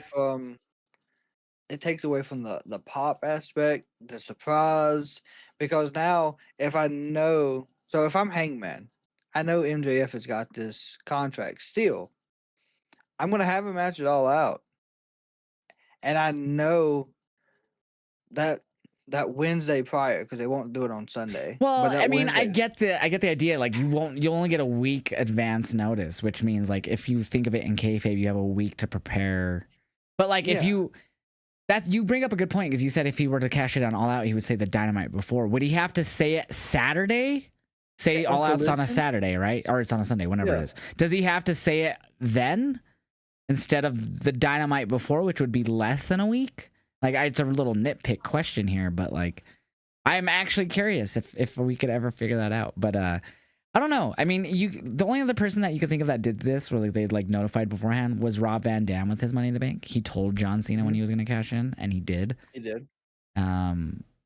I don't know. I guess we'll just have to let it play out. I'm hoping that they could really let the creative juices flow with this, and they can make it work with MJF with his little dastardly heels shit that he always uses with it. Maybe they'll do, and I kind of hope not, because they've done this quite a lot with MJF already. Maybe they'll do where they like Hangman's like gets to a point to where he just like MJF. Maybe MJF always comes out after all of his matches, like for a while, a few months, just teasing that he's gonna do it, You know, he's like, you can't do that. You have to tell me. Tony says it. Or like they like put some stipulation. If he does it again, then he's gonna lose it or something, because he keeps trying to do it on the spot without doing the way Tony did it. That would make more sense to me. Go against what Tony said, and then finally he's like given an ultimatum, like, you have to do it at All Out or whatever pay-per-view you want to say, or else you're gonna lose it because you keep fucking not listening to us. I don't know. That would be more entertaining than him just like, all right, I'm doing it a week from today. You know what I mean? Yeah, it takes away the aspect of the contract, in my opinion. That's just, I didn't like it from after I heard that stipulation change in it. I was like, I don't like that at all. we'll see how it plays out, obviously, and hope it plays out well. But yeah, so Athena cashed in here. Pretty good match against Toni Storm. Toni looked crazy. So she was like wearing white face paint like everywhere. Like she has really long eyelashes. I don't know if this was like an homage to anything specific in the movie world, but It might have been, but it was a wild. I think she was wearing like a hairpiece, right? It was huge. yeah. But Um, the outfit, I mean, I guess it made sense. Maybe it was something, representing something from London or the UK. I don't know. could have been, yeah. But the Storm Zero, automatically the Billy Starks took her out of the match for at least a majority of the match, which I think was smart. Yeah, so Billy was getting involved in the match. So of course Mina came out and ran her off to the back. Yeah. Which when that happened, I realized. So like, okay, Tony's gonna retain because now she doesn't have Billy to help her here. Though I did think for a minute because she had more minions. I don't watch ROH on the really at all, like the weekly show. So I know I've seen clips of like other people. Like I forgot one of the backstage interviewers was like a minion for a while. So in my head for a minute, I was like, is there maybe other minions that could come out and get involved? But no, it's not. I think Red Velvet was one, wasn't she? I think At one so. point? And there was like I forgot who that backstage announcer was. I think it was the one that married Big Cass or whatever his name is now, Yes. Big Bill. Yep. She at point was a minion too, I believe. But yeah, no. So Storm got the clean win here over. I guess clean. Billy did get involved, but I mean it was a clean win for Tony. I honestly don't know who's gonna defeat Tony at this point. You could go back to Jamie, who lost it because of injury to Tony, but I really don't know. Maybe Megan. That's the only other one I can think of was Megan Bain, because Megan only lost because of what was it, like a roll up or something from Tony. It was. So maybe The roll-ups maybe again. Megan finally gets that title shot again and wins, because she was gonna. I thought she was winning that first one. Like I thought they were fully pulling the trigger on Megan that quick, and they did the surprise roll up, which was a damn good match. Yeah, but they've got Megan tied up in the tag. I mean, it's not really a tag Well, it team doesn't have to division yet, happen but at All Out. yeah. It could happen, later in the year at Wrestle Dream or World's End or something. But I just I mean, at I this would point, it's like like, man, who if not Athena, if not Mercedes, you're two probably next up in line. You would argue, who the fuck else? I would like to see Jamie do it because she, like you said, it was an injury that she lost it to. She didn't really lose it, but then didn't Thunder Rosa also lose it by injury, or was she defeated? I could not tell you off the top of my head. Be honest, I cannot remember. But I mean, you're right. There's not many people left that Tony has not faced that she hasn't beat already. True. It's gonna be interesting how they decide to do that. Another point though from this that I thought was like um I guess like a funny spot in the match was and Athena threw Tony into the display board on hard Yes. camera side. Yeah, and it went It out, cut out. Yes. And then Tony throws her into it and it and it fixed it. cuts back on. It Yes. fixed it. Yeah, that was The great. crowd, even commentary was excited about it because I mean, I guess it was just a good pop for the match. Yeah, and then also when she was going for the Storm Zero on the I'm sorry, was it the Storm Zero on the apron? I believe it was, and it helped set up for the O face on the apron or whatever it was. Billy Yes, Starks got yes. involved with. I don't remember exactly how it went down. She was going for something on the apron, but Billy like pulled something, and then it helped Athena hit O face or something. It was pretty fucking crazy. I actually thought that was it when she hit it, but Yes, she pulled like the apron over like I think Tony's like leg or something to yeah, kind of like trip her up. It was odd because that's when the chair actually came out as well. yeah, and And that's that's when and Mina ended up coming Mina. out. Yeah. But overall, good match. I enjoyed it. Again, I would say this one I wouldn't say is one of the standout matches. I thought it was a good match. Again, I felt like a lot of the matches ended up on the same playing field. Like they were good, but none of them was like, but maybe besides the Takahashi and Kyle, felt like, oh my god, that was insane. Like, you know what I mean? They all felt like, oh, that was good. That was good. That was really good. That was really good. That was like, you know what I mean? Yeah, they all performed at a high level, and I don't think any other match outperformed the other except for the Kyle Fletcher match. And I think I was more impressed with that because that was my first time actually seeing a Takahashi match. Because I'll say the same about this next match, Hangman and MJF for the world title. Good, really, really good match. but it wasn't like a super standout match either at the same time. Like there's nothing wrong with it. It just didn't feel like, man, that was crazy. I can't believe that like it just happened. Like, you know what I mean? It was just really good at the end of the day, it was weird because there's always, it feels like for me, at least the end of AEW shows, there's like 3 or 4 matches. I'm like, holy, or like 2 matches. I'm like, holy shit, dude, that match. Like you're just talking about it and talk. I didn't feel that coming out of this one, which was not a bad thing. It just felt like they all hit the same almost. There wasn't a match that outshined everything else this time. I think they were perfectly booked. So MJF essentially, I will say, was the one who fucked himself in this match by exposing the turnbuckle. So he exposed the bottom turnbuckle, which eventually Hangman got wise to and used on him. And I think that was essentially the end of MJF there. I actually thought MJF was going to pull it off a few times. I did too. But I really thought that they were going to make Hangman like just a transitional champion, unfortunately. I hate to use that phrase.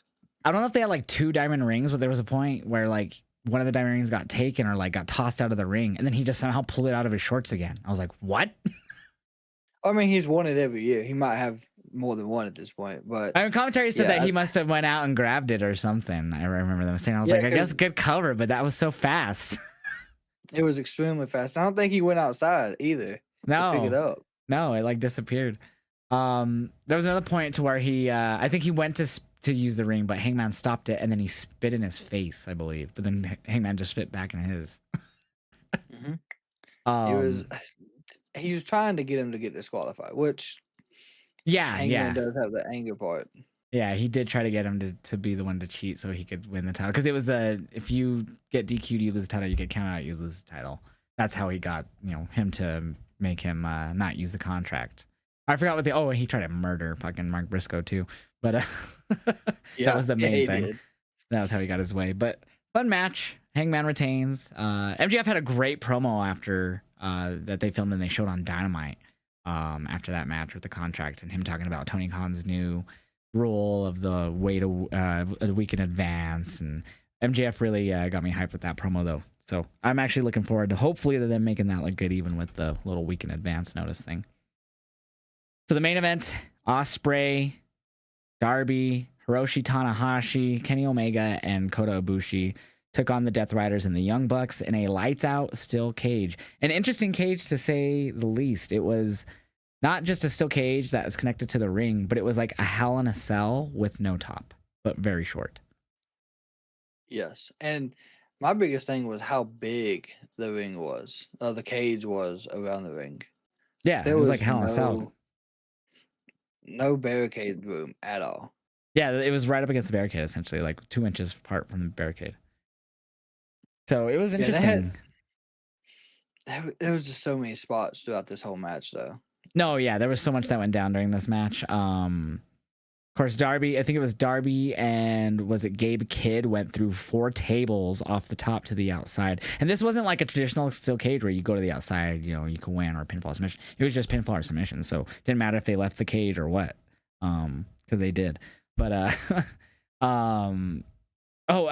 before we get too far into the match, the Bucks had the best entrance for this. They came out to initially their theme starting, but it immediately stopped and Bop came on. Yes. And their original Titantron. And Kenny, you can tell Kenny's just enjoying being back in the atmosphere because he was singing the whole time. Yeah, dancing. He was in the ring singing and everyone was all laughing at him like he showed Ospreay just cracking up and shit. Yeah, which I thought that was great. I like also the Young Bucks are getting the treatment they're getting has been fantastic. The whole aspect of it, and they're enjoying it as well. So one thing I also noted is that since this was in a lights out match, they did bring up like how Ospreay was able to do this match. That's why he made it a lights out match so he could compete. Excalibur also confirmed that during Kenny's entrance that Kenny is technically not clear to compete, but that's how he's able to do this match because it's lights out. Which was interesting because then we saw Kenny on Wednesday, but I don't know I know, of course, Kenny had diverticulitis, but did it flare? Is it flared back up or was it still they're trying to sell the Okada beatdown from All In. Okay, that's what I was wondering. But they also did a cool little like prelude intro for Will Ospreay, especially since they were in the UK, and it was narrated by Alex Windsor, his fiance or wife, Yes. which was awesome. And it showed like footage of him and her backstage, and her like them hugging and like embracing after I think it was All In this year, um, which was really dope to see. Um, oh yeah, and before during the 0 hour, there was an interview with the Bucks backstage talking to a production guy. I don't know if you saw this, and they had that Did. bag, and they were like, "We need you to fill this up with whatever the fuck they said, like whatever, like something really bad or that could cause harm, tax or glass or something." The guy's like, you got it, guys." Ended up being gummy bears. Yeah. Yeah. Yeah, because they were wanting, I guess they were wanting tax or something.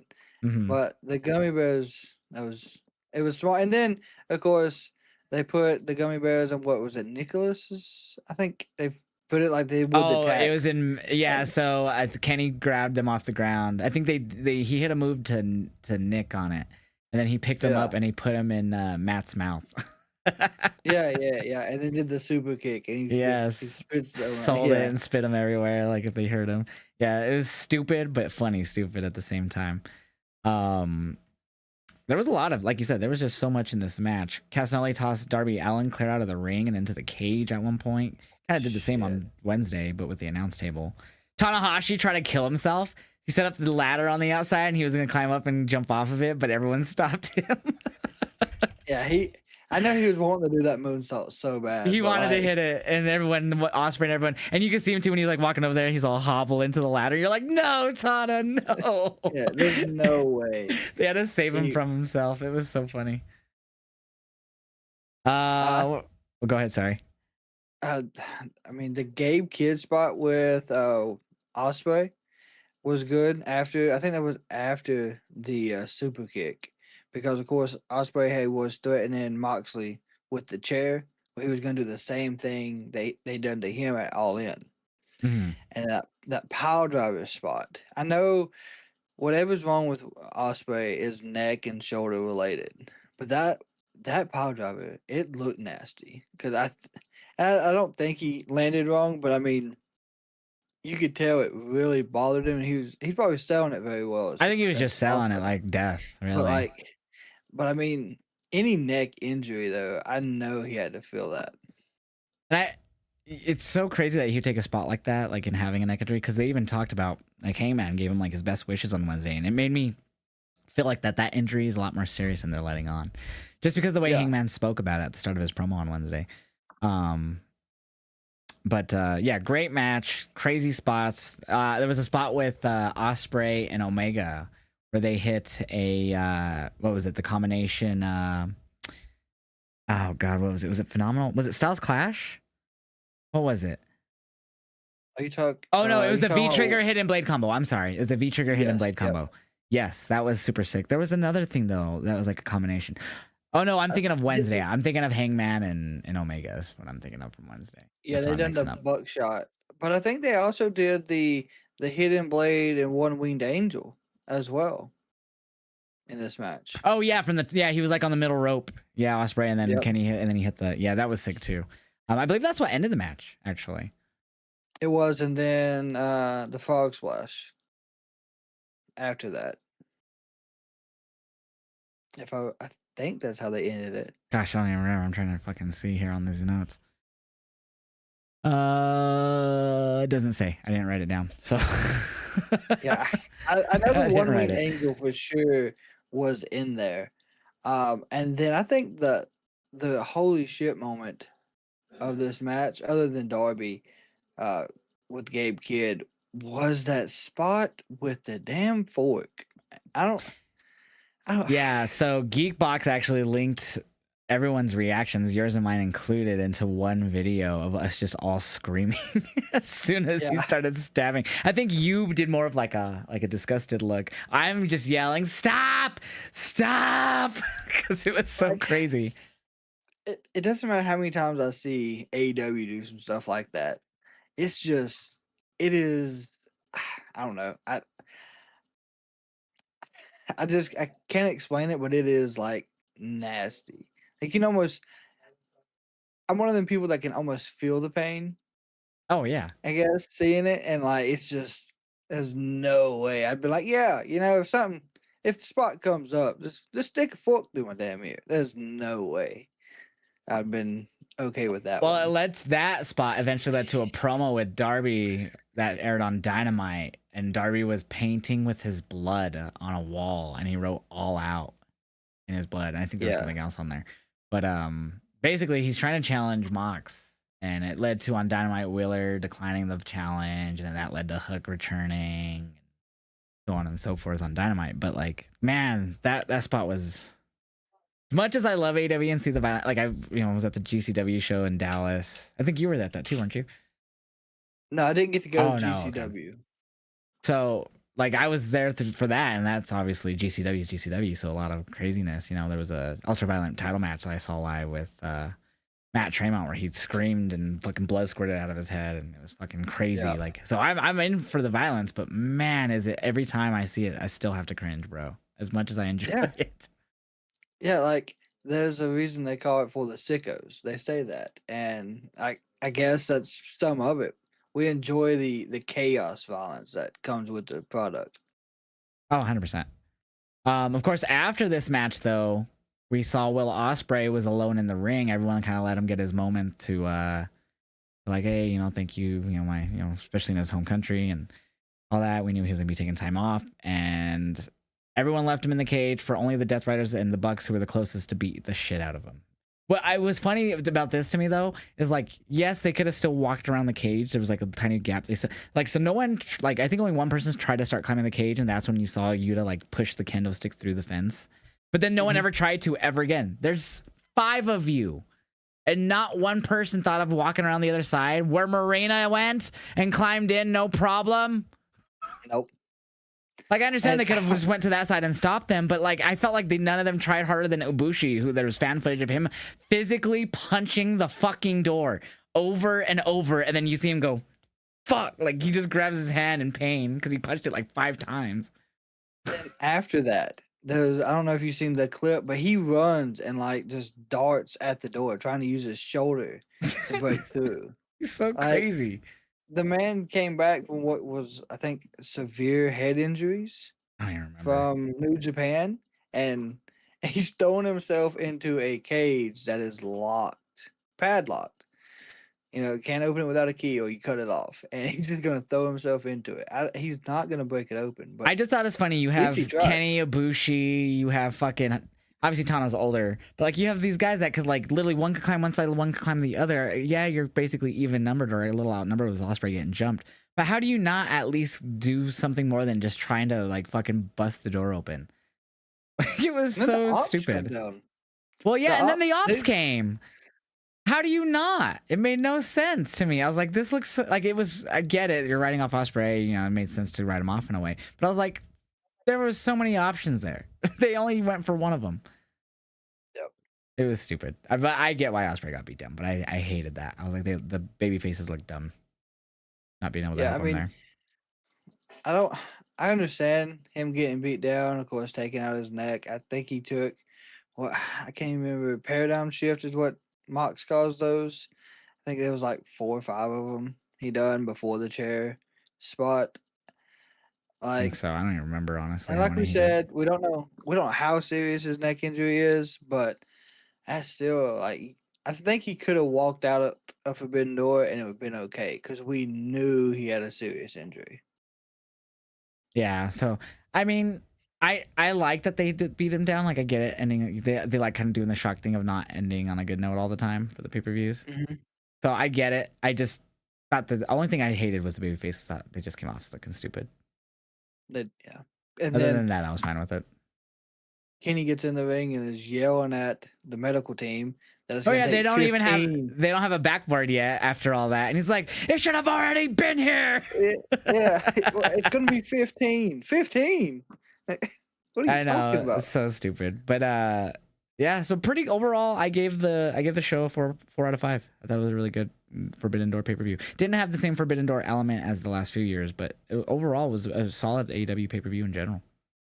Yeah, I agree with you. I think what would have made it a 5 for me would have been more Forbidden Door aspect. I feel like this one was more of just AEW versus AEW, except for Kyle Fletcher's match and Mercedes. Yeah, and obviously it had to do a lot with New Japan G1 just ended right before it, like a week before. So every top guy was tied up, or if not, probably in aching and paining who was in that G1. And I mean, shout out to Takeshita. I mean, in general, I think he worked a Rev Pro match after winning the G1 and then did all of that AEW stuff the week of Forbidden Door. So shout out to that guy, man. Working that crazy ass G1 schedule, then jumping right into Forbidden Door week like that. So shout out to all of them, honestly. But like, yeah, the G1 didn't help things. And I don't even remember. We didn't have, besides Bozilla, that was the only anyone from Stardom involved in Forbidden Door. Yeah. And then I have CMLL that had a few, obviously, with Hichisero and Persephone, but like it really wasn't Forbidden Door. No, it really wasn't. I mean, I can understand, if other promotions are tied up, it happens. But of course, the whole aspect of Forbidden Door originally was to have those aspects of either New Japan or CMLL, someone fitting into that spot. Yeah. Hopefully next year it's at a different time of year instead of during the G1, so we could actually get a more. And obviously they could have did something with CMLL more there, but I feel like they kind of did previously, so maybe they didn't want to jump right back into it after doing the whole Arena Mexico shows and stuff like that. But yeah, good pay-per-view. Sorry, I didn't mean to cut you off. Go ahead there. Oh no, you're fine. I'm just wondering now because, talking about the CMLL part, MJF has the world title, right? What they call it? It's like the CMLL middleweight title or some. It has like a different name. It's like CMLL doesn't present a title as a world title, but AEW wanted to make MJF, like the thing going on, feel more important by calling it that. So it's Okay. called something else. They actually call it something else in CMLL, but AEW is referring to it as a world title. Yeah, and the reason I asked is because we could have had in that match we could have had a Mystico moment because they're still in a sense feuding because of everything that happened with them two and CMLL. But I can understand continuing the Briscoe part.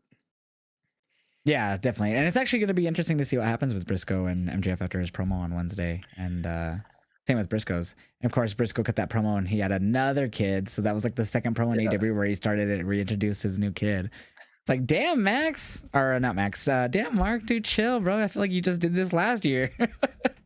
He did. I think if it not was it was last year. It was 2024. I'm pretty sure, like the beginning of 2024. I think he did like the same shit. And now here we are, the middle of 2025, and he did it again. But great show though. Great pay-per-view. It was. It overall, like I said, 4 out of 5. If we're giving it I give it a grade of B at that too. I mean, there was nothing on here that hurt the show. No, but I agree. maybe the confusion of the coat match with Killswitch and Kip. Maybe I was just confused because I'm like, in story you have Killswitch, who I feel is like rightfully going after Christian after all the past couple years, but we're trying to, and they did a good job at making Christian feel like he didn't even want to be the face that he needed to be in this match, which was good. But there were spots that made no sense. So other than that, like that was a fun match regardless. It was just a weird. It just felt weird.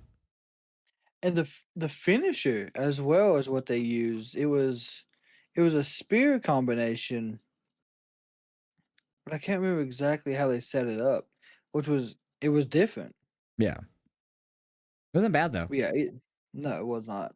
The only thing I do want to talk about before we end here is from Dynamite, is we saw Kenny come out and help Hangman and Jet Speed, which set up an 8-man all-star tag for next Wednesday.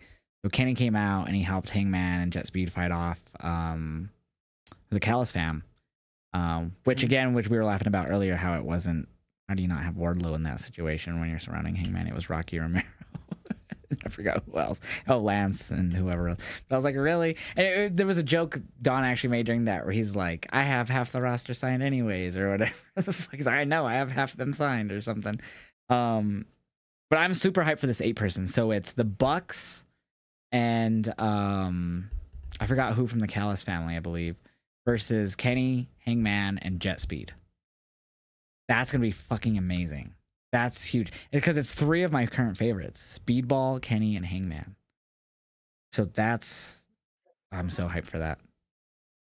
Yeah. And if you remember, it wasn't Kenny and Hangman tag champs during Oh yeah, 2020. yeah. They had one of the best tag matches against the Bucks. That's when they won it. Yep. Yeah. So I just looked that one up. It's Kyle Fletcher and Josh Alexander. There you go. So Kyle Fletcher, Josh Alexander, and the Bucks versus Kenny, Hangman, and the fucking Jet Speed. That's gonna be insane. I think that's the only thing they've even announced for Dynamite, but that's gonna be insane. Yeah, I was surprised they announced that as far as it is a week in advance. But I mean, it's a good match. It is a most definitely a draw for them. And I will say one thing about Raw. We're getting the same shit we did with Judgment Day in 2020. Was it 2022? I think it was 2023. Where we're just ending Raw with the same vision, beating down the faces or getting run away from the faces, whatever it is. It's only been like 2 months, but dude, it's already getting so boring. Yep. My biggest takeaway from Monday night was probably the build up for Roman and Bronson. Yeah, the promo at the beginning That was fun. Like, it was a fun Raw. I didn't hate Raw or anything this week. I just get tired of that fucking vision ending the show the same way. Yeah, and Dragon Lee got a win. I mean, that was another positive thing. He got a singles win. Someone in my chat was like, how do you fucking have Dragon Lee on a show and not promote that? And I was like, right? How do you have Dragon Lee on a match and not promote that? It's fucking Dragon Lee. But and then an interesting thing coming out of go ahead. No, I was going to talk back about Dynamite. Darby getting thrown by Claudio. Oh, onto the table. That was epic. Yeah. At what point do we tell Darby, like, hey, you cannot take this bump? Like, let's not take that bump. They let him go down concrete stairs. I don't know what they will tell him not to do. That is true. That is true. I'm just looking at the long-term aspect of it on his body. I think he's convinced Tony to believe what he believes, because Darby has said that he's gonna wrestle for. He's not here to wrestle for a long time. He's here to put on memorable moments and just be himself, and he doesn't care if he wrestles forever. That's true. So I think he's convinced Tony to roll with that. He might have. I know he's trying to do stuff like Foley did. Like I can see that now more. He's wanting to take those type of spots. 100%. But I don't know. I mean, I feel like for Vikingo, like he hasn't done as much crazy. Like, but in the ring, he's like at least in AEW, like when Vikingo, he was doing some crazy shit. And now look at him now. Like if you've been watching any of his AAA stuff, he's still crazy, but it's not like if you go back and watch the Kenny Omega match for the Mega title, and then you go back and watch like the Fatal 4-Way or like the Alberto matches, he is not doing anything near as crazy as he used to be doing flip wise. Like he still does some cool stuff, but like he ain't doing like no fucking middle rope from the inside, fucking springboarding to the outside 630s, and like, which is good. So I was kind of just bringing this up in the sense of Darby. I don't know if he'll follow suit in Vikingo and just slow down a bit. I know Rey Mysterio even told that, it's like said publicly, like I messaged Vikingo after his last injury. I was like, dude, you gotta slow it down. Yeah, you gotta slow down so you can be here longer. But like Darby, he doesn't care. I mean, he broke his foot, got hit by a car or a bus, healed long enough, climbed Everest. I mean, it doesn't bother him, obviously. But I mean, I was just like, God Almighty, him and Darby, Javon. Them two spots. Oh yeah, they both. Table. And then there was people on the internet like, "Oh, Oba and Javon influencing the world." It's like, bro, you think that's the first person who ever fucking went from the fucking ring to the table before? Like, got yeeted? Come the fuck on. It's like, and I wanted to be a prick to some of these people. I was like, well, actually, Javon got yeeted from the top turnbuckle, and Darby got yeeted from the middle of the ring. So. Different. Yeah, Claudio picked him up and ran with him. Right, it was a complete difference. Yeah, no, but in general, I just the tribalist people are so annoying. It's like, and then people, and I'm probably wrong on half of these, but people will be like, Oh wow, they really stole that storyline for WWE. Whatever it is, it's like you think WWE came up with that storyline? Half the shit is from AWA and fucking all the other promotions from the 70s and 60s that WWE took it from, in the 80s. Yeah. I've seen people today talking about the Kenny Omega thing where he comes out and he's standing there in the entrance ramp. He's got the blue jeans on. He ain't got a shirt on. He looks like Oh well, I Triple saw that. H. Well, I think I saw that, and I thought they just meant that was his Triple H moment, like return moment, like that or something. I don't know. That's the way I thought that meant, but I see what you're saying. Yeah. People always trying to compare that. And that's, like you said, the tribalism. Like, people don't enjoy the product. They want to, like, And I'm just talk gonna come down out and on it. say it. If the people want to say this is tribalistic, let them say it because they're dumb in my opinion. But I have thoroughly been enjoying AEW more in 2025 than I have in WWE. Mm-hmm. And that's I not saying agree. WWE sucks this year. They're actually not bad. They're good. No. They're not Vince McMahon 2019 bad. They're not Vince McMahon 2022 bad. They're way better than that. It's just AEW's been more consistent for me in ring, and they've always been more consistent in ring, but like storylines have been more fluid with AEW than WWE. Like things make more sense to me. Yeah. And I mean, I feel the same way, but I know people that I talk to will say the exact opposite. And that's fine. And I just yeah. I feel like I don't know, with WWE right now, just a lot of the championships don't feel important to me outside of your world titles and Becky's IC title. But that's the only one they're putting on cards. I mean, if we're gonna be honest about it, the only two we got on the card Sunday is Seth and Becky. That's the only title matches, really? Yeah, as of right now, because Julia is teasing a match with Michin with Nikki Cross constantly Oh stalking yeah, in and the then they canceled background. the Stephanie match because they don't have a solution for that for some fucking reason yet. You could have put the top 8 women from, or give 2 from Raw, 2 from NXT, 2 from SmackDown, brought in 2 from TNA, and just I think the easiest had a solution is just match to go back to EO. Like she got cashed in on, why not just give her the shot since she lost her title via cash in? and give us Io versus Stephanie right away. I'd 3, be fine yeah. with Well, that. I mean that would have been the third time, but each time they fought before it ended in DQ. Yep. And you know when they'll do that? WrestlePalooza. I'm so annoyed by all this counter programming. If we're gonna keep talking about this WWE stuff for a moment, like, and not in the sense of like, oh, they're trying to take down AEW. Like, yeah, they probably are, but like in the sense of now I have to fucking choose, like what to pay more attention. I'm gonna watch both. Don't get me wrong. I'm gonna have both up. Yeah. But it's like now I have to fucking choose what to pay more attention to, and that's a first world problem. And I'll admit that it's not a big deal, but it's fucking frustrating that this is happening with. If I was staying home for All In, I would have had to pick between All In and fucking whatever NXT. I would have picked All In regardless. But like, you're gonna put John Cena, one of his last fucking matches, one of the greatest of all time, against an AEW pay-per-view. First of all, fuck you, because I want to see that, obviously. Yep. Second of all, fuck you, because the AEW, I want to see that too. So I'm obviously they're gonna be battling at the same time because one's not in a different country. They're both gonna be in America. All Out's gonna, or Canada, technically, North America. So they're both gonna be in the same time zones ish. Yeah. So I'm just so annoyed that as a fan of pro wrestling who reacts to both companies, I'm gonna have to sit there and like, okay, this match is happening right now during WrestlePalooza. This match is happening right now during All Out. Which one do I want to focus more on? Yeah. Which one do I want to watch? Like you could look back and forth, but as a content creator who posts reactions, you can't really post both. You can, but you have to have some insane, and I probably could figure that out. I guarantee I could. Not worth my time. No, you would have to figure that find a out. way to cut the audio tracks where you can have one playing through and not playing through. Oh, I know how to do that. Like I would just have to go through and complete, like, probably create a whole scene collection just so I don't fuck up my current one audio wise. Like, okay, track 4 will be fucking Clash. Track fucking 3 will be All Out. I can't mute the tracks that I have made for these two.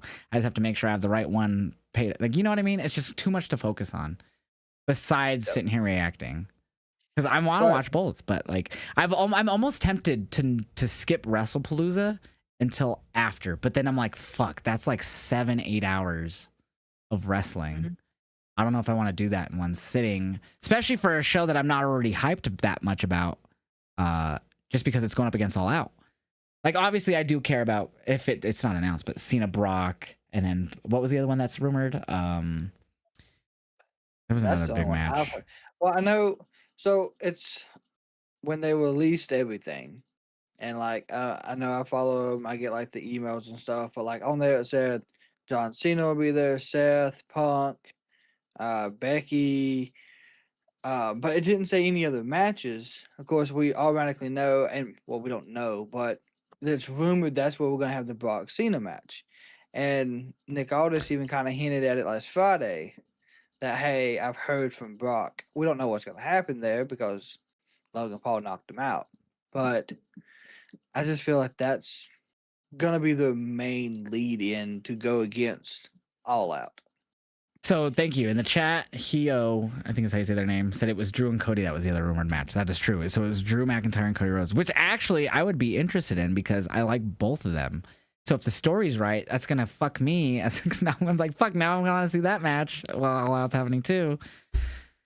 So I don't know. What's your thoughts overall about this counter programming from WWE? I mean, we've talked about it before, but Yeah. So for me, I mean, and I didn't grow up in the generation where you had the Monday Night Wars. So I know that was probably different then too. But there was probably people upset about it then. But I think it's good for both companies. But as someone who watches it, and I watch everything both companies do, I don't like it.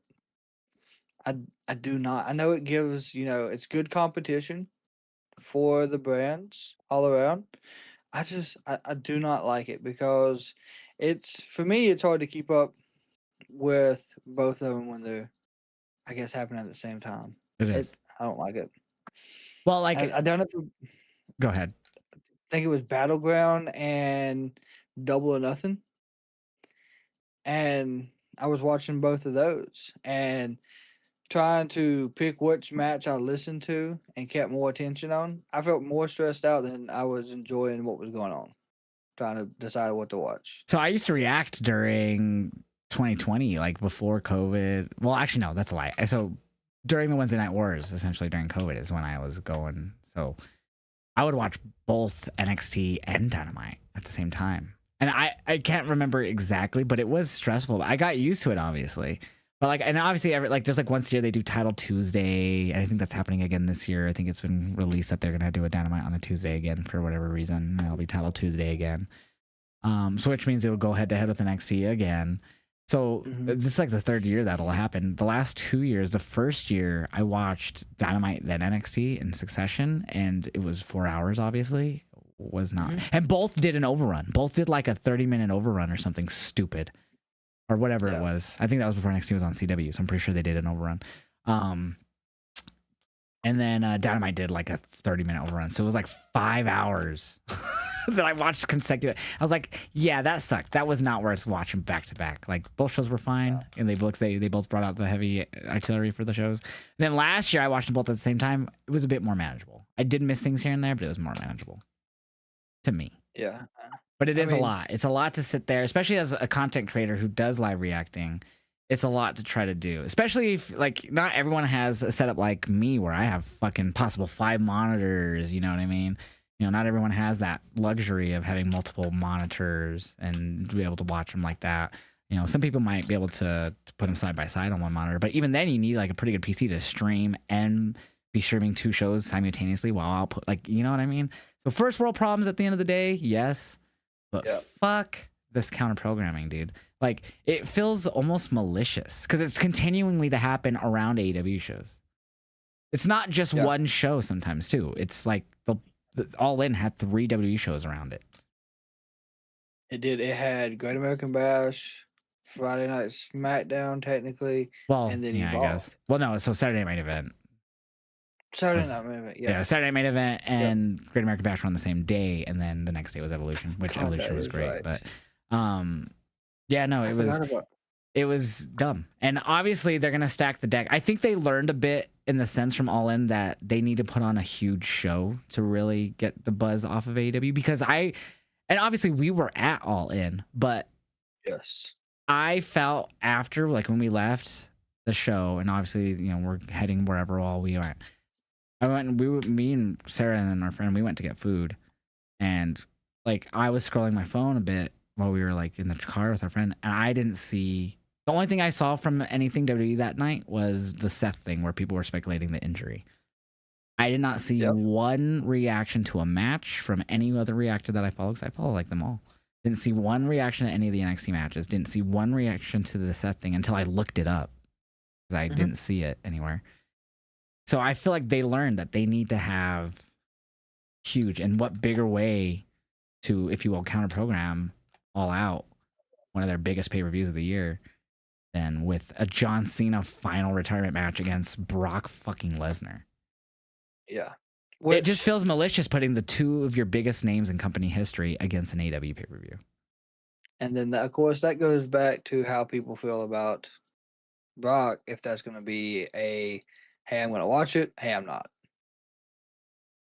I feel like there's always going to be that, but I feel like it's not going to be enough to make a difference right now in WWE. If they were really in like a bad spot like they were in 2019 or mid 2022, then I think it would be affecting them more. Obviously, a lot of circumstances involved there, but like with this whole thing, but like it's weird. That's what tears me about this. It's like it's Brock Lesnar. Obviously, we talked about that when he first returned. My reaction, I wasn't happy. Yep. It just sucks that's what I hate, is like it's John Cena's retirement tour, and that's what one of his matches are going to go to. And I'm not even the biggest John Cena fan, but I feel like, how do you miss one of his last career matches? Yeah. It's That's I'm true. torn. I'm just torn on it. And that's like, I don't know exactly the date, because again, they have not announced it. But if you look, December is John Cena's last match. They've already announced it's going to be in December. They don't know when. Yeah. I have a good suspicion that somehow it's going to be the same day that they do Full Gear. Yeah, I wouldn't doubt that, honestly. I mean, supposedly they were going to do a Saturday Night's Main Event to end John Cena's last match on, but now I guess they're talking about making it a PLE that could be around World's End or something. Yeah. Ridiculous. But on a brighter note, if we want to talk some numbers here real quick, randomly, someone in chat brought up that Clash in Paris has sold nearly 30,000 tickets, and I was curious about that. And sure enough, 6 hours ago, WrestleTix states 29,763 tickets distributed for Clash in Paris this Sunday.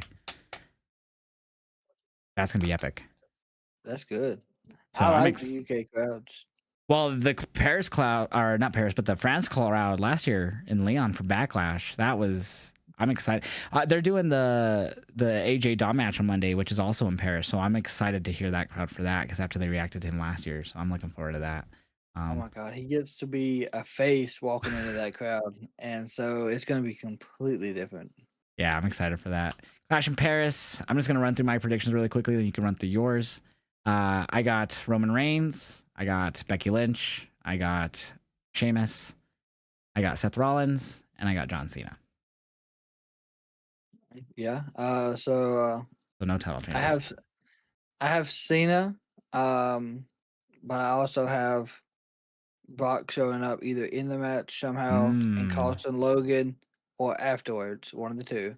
He will make a presence in that match. That'll set that up. Seth will win. I have Bronson Reed winning that one. He should win it, but he's not going to. Just like SummerSlam, where it should have been Braun and Bronson. It's going to be the same thing here. It should be. It's not going to be, though. I do have Becky winning, as much as I think Nikki would put over a lot of people in the women's division. I think this version of Becky is probably her best heel version we've had. And then I got Rusev winning over Sheamus. Yeah, I'm really not hyped for that one. I'm not either, but this has to be Rusev's match, because if not, I feel like him coming back is just not been needed. Like, it's just he's stuck doing the exact same thing. He done this before he left. He done it in AEW. I feel like they're mimicking what they did with Andrade and Melo. They brought in Andrade, and they're just like, here you go, have 7 matches with Melo. Now they're doing it with Sheamus and Rusev. Yeah, I mean, it was a great build at first. They were in that faction with Wade Barrett and Yeah, League of who the other Nations. one was. League of Nations, yep. But Alberto. that was great. It was great to run on. And then now we're 4 matches deep and doing the same thing. Yeah, no one cares, honestly. Like I shout out to them for putting it on the pay-per-view or PLE, like trying to make it feel big. And I'm just afraid that this is gonna feel like Cross and Sammy did at SummerSlam. Yeah. So it will. I don't know. Hope on paper, matches kind of seem lackluster besides 3 of them out of the 5, but I'm hoping that it stands out because I don't know. I need it to hit on Sunday. Yeah, it's our last Peacock pay-per-view as well. That too. That's the other thing we didn't talk about since I've been gone. We'll quickly gloss over that because we're already almost 2 hours in, but of course we're terrible at timing these things. Yes. I guess quick thoughts on the ESPN deal. It sucks for people who are using like the cheapest Peacock service, whatever that price is, because obviously $30 is such a big step up above it. And especially if you don't have whatever cable service ESPN is going to allow you to sign in with to use the service as part of your cable service, which is not many. Yeah, I mean, I got lucky today. I actually got an email that they have ESPN Plus Unlimited with what I have for my television provider. Well, it's not ESPN Plus. It's ESPN Direct to Consumer. Oh, yeah, that's true too. It's a whole new service. So maybe it will be different. I don't know. So certain cable services and stuff and like satellite companies will have, like, if you have ESPN, like I feel like it's going to be a thing where eventually all the cable services come to a deal with ESPN. Like, okay, like, you know, whatever their contract deals, but like they'll come to a deal where like, okay, if you have YouTube TV, if you sign into your, kind of like the way I do now, I could go to, well, when Raw was on USA, I'd go to usanetwork.com and I just sign in with my YouTube TV account. And since I have USA on I could just watch it straight off USA Network on the East Coast feed. But basically I was thinking that's what they're doing with, but I'm hoping, because right now I do use a VPN to watch like CW or NXT and SmackDown, just because I'd rather it all be in one spot. Yeah. And so that's what I'm gonna be doing for PLEs now. I do pay for the VPN, and I do pay for Netflix. I pay like $7.99 for Netflix, and then I pay $12.99. So I literally paid $10 less for this than I would for the ESPN on top of this. So I'm saving like $40. Yeah. I mean, and then the people who don't do the VPN choice, they're looking at that, what, $30 a pay-per-view, a premium live event. I'm just gonna tell people what I did for the fucking UFC ones, because I still do this right now for the UFC ones. Just be a fucking pirate. Yeah. Show them with your wallets. Like, yeah. I feel like I'm basically doing that with the fucking. I mean, I don't pay full price for AW pay-per-views either. I'm always honest. I tell people exactly how I do that. I use a VPN. Like so I just watch on Triller. Even when it was in America, like I would still use the VPN to buy on Triller because it's always cheaper when you do it that way. So I pay $25 instead of $50. I'd rather support them than not support them. Plus, AW is really good about taking down illegal streams pretty consistently for their pay-per-views. I've always rated issues for the pirate in the past. Even like here recently, they've gotten heavy on the reaction part of it, so they take down almost anything. They've been. So that started. I could give a little backstory on that. That started all in 2023. I was part of that where I got striked. I got lucky and didn't lose my account. I don't know how. I got lucky twice with the copyrights now on my main account, in the sense of where I could have lost my account 2 different occasions and it didn't happen. So AEW went in on All In 2023. That's when Santi got his main account banned. And then I have never posted a reaction to a paper. That's a lie. I have, but not on my main account. I created an AEW pay-per-view account and I had that up for like 5 months before they took it down. So, or whoever. So it happened to Conman again. Well, not again, but it happened to Conman this time for the pay-per-view where he lost an account. I think we've all lost an account, like a lot of the bigger streamers at this point. But he lost this current reaction account because of the AW pay-per-view one. But then he also got copyrighted on Insta. And he got his account locked. And then I guess he got his Facebook account banned because of it. So since I tested that on the like AW pay-per-view account I made, I stopped posting on social media except for my Twitter. I did post some to Twitter this weekend, but it wasn't like match results. It was just like spots from the cage match. Supposedly Conman got in contact with people at AEW and they told him that it wasn't from them specifically and it was from third parties, which is actually what they told Santi the same thing in 2023. It's not from AEW directly, it's from their third party carrier. So Triller or whoever the fuck is copywriting in the name of AEW, because they also have access to that stuff. So their weekly stuff they have no issue with. I can't say too much on if they'll ever go on against the weekly stuff.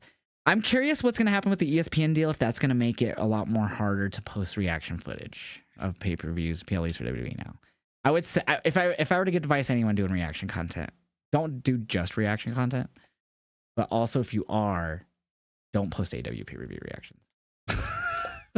Yeah, I will say I posted one time on YouTube itself of, I think it was Forbidden Door last year, and it got hit pretty hard. My channel did. Yeah, so I don't know if this has been the same issue where it's not them and it's third party and still happening. I would just recommend no one, even if Conman, because Santi said he talked to Tony Khan when that happened. Like he somehow ended up having a conversation with Tony, and now Conman said he talked to someone in AEW and they're saying it's not them. So even though we have some of the biggest content creators in the wrestling space, I've had this issue with them and talked to them about it. And it hasn't changed. I just don't think it's going to change anytime soon. No. And I've realized I've started doing like still photos and talking about the product and what's happening. Yeah, that's kind of what they would rather probably prefer, but I don't know. Yeah.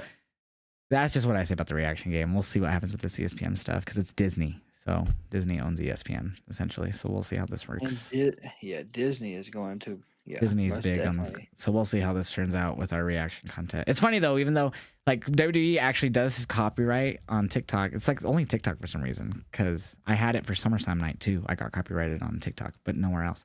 Yeah, so I don't know. It's not just AEW. WWE still does it too. But it was funny that it was a bigger reaction to AEW this weekend. That they copyrighted, even though WWE did it to me at SummerSlam. But whatever. It's odd. It just picks and chooses when it happens. Because, I mean, there's some people that can post and it doesn't happen to. There's some that gets hit with it. I think it's like an automated thing that just goes through. It's weird, like, because I've had this is like my third just straight up reaction account that I get copyright from WWE on. So like initially when I get one banned and I just create a whole new one, like I'm fine. Like I could leave footage up for months until I get the first one, and then once that first one comes in, they're like watching it. It's so weird. But yeah, no, I get hit by WWE way more with copyright than anything on any platform, any day of the week. Yeah. But yeah, I'll probably be losing this next reaction account next time they flag me because I have 2 copyrights on it. But yeah, anyways, yeah, we'll see what happens with this Disney stuff, and it'll be interesting. I guess we'll be figuring out. Or ESPN, I should say. WrestlePalooza will be the first one. Oh, I'll be on Netflix, but yeah, I'm curious how this is going to turn out with us posting reactions. So, because mine will clearly have the Netflix logo. Well, no, because I crop that out when I post reactions. But anyways. All right, but I think that's going to do it. We went way longer than expected, 1 hour 49, because we ended up talking more about other stuff afterwards that I kept bringing up. There was a lot that's gone down this week. So much. We've been gone for like 2 weeks too on top of it because I've been busy with family stuff. So much has gone down. Yeah, but that's more as it becomes a weekly thing. It'll be quicker. How? I'm in my head debating trying to make this a bi-weekly, or not bi-weekly, a multi-time a weekly thing, because I think that would be an easier way to recap everything as we talk. We yap. We just have to get better at not yapping as much. We have so much thoughts. Well, yeah, we do. And that's a good thing, though. It's good. I guess the conversations back and forth, it's good to have that. Yeah. Because it's 2 different opinions on 2 different products. So let everyone know where they can follow you outside of watching the Turnbuckle talk, Kraken. So of course it's KrakenWrestling across all platforms: Facebook, Instagram, Twitch, Twitter, X, whatever you want to call it, and then Kick as well. There you go. And same with me. You can follow me everywhere, or sub to me everywhere here on YouTube if you're live watching, or everywhere else. Josh Vibes Up is now what you'll find me under. I'm sure if you still look up HeelJosh, I'll probably still come up since I've only had this name for like 3 weeks now. But Make sure you guys follow me everywhere: Twitch, Kick, YouTube, TikTok, Instagram, Twitter. Join the Discord. All of that's there. And we'll catch you guys maybe before next Thursday. Maybe we'll do one on Sunday after Clash in Paris, since it's an early show. That sounds like a plan for me. All right, sounds good. Well, then we'll see you guys Sunday here on Turnbuckle Talk for Clash in Paris review, and probably talk about SmackDown and whatnot as well, because we still have that and Collision. So yeah, got a lot going on. Got a lot going on. We'll catch you guys next time. Bye.